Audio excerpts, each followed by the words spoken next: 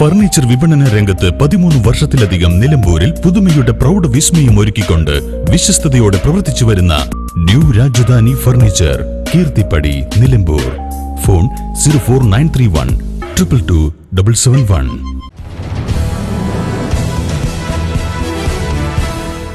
എടക്കര പഞ്ചായത്തിലെ ഉദിരംകുളം ഉടുമ്പൊയിലിൽ കാട്ടാന ഇറങ്ങി വ്യാപക കൃഷി നശിപ്പിച്ചു. തെക്കേപ്പറമ്പിൽ മഹിബാലന്റെ കൃഷിയിടമാണ് ചൊവ്വാഴ്ച പുലർച്ചെ ഇറങ്ങിയ കൊമ്പൻ പൂർണ്ണമായി നശിപ്പിച്ചത്. വീടിനോട് ചേർന്ന കൃഷിയിടത്തിലെ കുലച്ച വാഴകൾ, കപ്പ തുടങ്ങിയവ വിളകൾ പൂർണ്ണമായും നശിപ്പിച്ചു. 5 മണിക്കാണ് വന്നത്. ഞാൻ രാവിലെ 2 മണിക്ക് ഇറങ്ങി ഇതിന് ആടിനൊക്കെ നോക്കാൻ നിൽക്കുമായിരുന്നു. അത് കഴിഞ്ഞിട്ട് വേണം പിന്നെ 5 മണിക്കാണ് വരുന്നത്. 5 മണിക്ക് വന്നിട്ട് എൻ്റെ ഇതെല്ലാം നശിച്ചു. ഞാനെന്താ ചെയ്യാം? എത്ര കാലം കഷ്ടപ്പെട്ടുണ്ടാക്കിയ മുതലാന്നല്ലേ ഇതെല്ലാം പോയത്.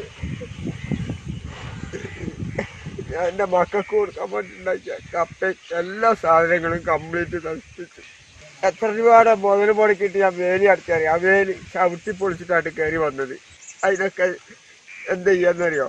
38 രൂപ, 130 രൂപ, 138 രൂപ മുടക്കിയിട്ടാണ് ആ വേലി. ഞാൻ ഒരു കാലിന് 138 രൂപ വിലയുണ്ട്. അങ്ങനെ ആ കായ് കൊണ്ടുവന്ന് കണ്ട് കമ്പിയും കെട്ടിയതാ. അത് മുഴുവനും പോയി വെള്ളം വന്നത്. അത് ഇന്നലെ പകല് മുഴുവനും ഇവിടെ ഉണ്ടായിരുന്നു.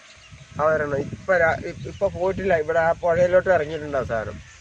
തിങ്കളാഴ്ച വൈകുന്നേരം മുതൽ ഇവരുടെ വീടിന് സമീപമുള്ള കരിയമുരിയം വനത്തിൽ കസാലക്കൊമ്പൻ എന്നറിയപ്പെടുന്ന ആക്രമണകാരിയായ കൊമ്പനാന നിലയുറപ്പിച്ചിരുന്നു.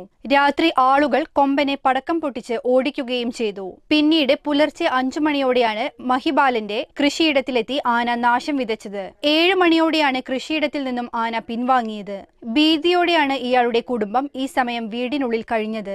ആനയുടെ ആക്രമണം കണ്ട് വീടിനോട് ചേർന്ന കൂട്ടിൽ കെട്ടിയിട്ടിരുന്ന ആടുകൾ കെട്ടുപൊട്ടിച്ചു ഓടിപ്പോയി. കഴിഞ്ഞ ദിവസങ്ങളിൽ നാദാക്കോട്ടിൽ അശോകൻ, പടിഞ്ഞാറേക്കുണ്ടിൽ ഗോവിന്ദൻ, ജോയി എന്നിവരുടെ കൃഷിയിടങ്ങളിലെ വാഴ, തെങ്ങ്, കമുക്, റബ്ബർ, നെൽകൃഷി എന്നിവ ആന നശിപ്പിച്ചിരുന്നു. 2019 പ്രളയത്തിൽ കരിയമുരിയം വനാതിർത്തിയിൽ പാണ്ടിപ്പുഴയോട് ചേർന്ന് സ്ഥാപിച്ചിരുന്ന സൗരോജവേലിയുടെ ബാറ്ററി സംവിധാനം വെള്ളത്തിൽ മുങ്ങിയിരുന്നു.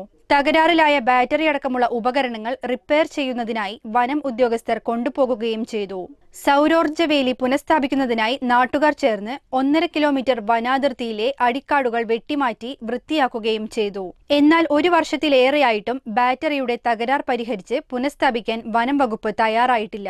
1 വർഷത്തിനിടയിൽ പ്രദേശത്തെ മിക്ക കർഷകരുടെയും കൃഷിയിടങ്ങൾ കാട്ടാനകൾ നശിപ്പിച്ചുകൊണ്ടിരിക്കുകയാണ്. വന്യമൃഗശല്യത്തിന് പരിഹാരം കാണാൻ വനം വകുപ്പ് യാതൊരു നടപടിയും സ്വീകരിക്കുന്നുമില്ല. ഭീതിയോടെയാണ് പ്രദേശവാസികൾ രാത്രി കഴിച്ചുകൂട്ടുന്നത്. തത്സമയ നോട്ടിഫിക്കേഷനായി മലാല ന്യൂസ് ചാനൽ സബ്സ്ക്രൈബ് ചെയ്ത് ബെൽ ബട്ടൺ എനേബിൾ ചെയ്യുക.